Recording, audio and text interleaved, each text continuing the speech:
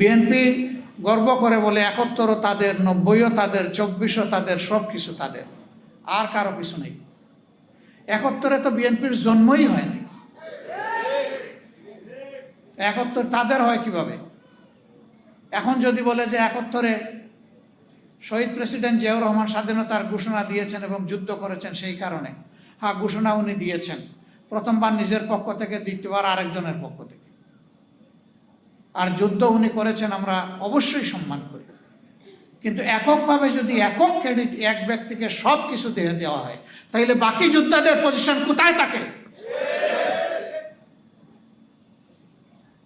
এইটাও যুদ্ধকে কুক্ষিগত করার, আগের আমলে যারা ছিল ফেসিবাদী আমলে, তারাও এইভাবে করেছে। এবং তারা করতে গিয়ে লজ্জাজনকভাবে জিয়াউর রহমান সাহেবকে পাকিস্তানের দালাল, চোর, কোনো কিছু বলতেই বাদ দেয় নাই। আমরা ওই রাজনীতি আর দেখতে চাই না।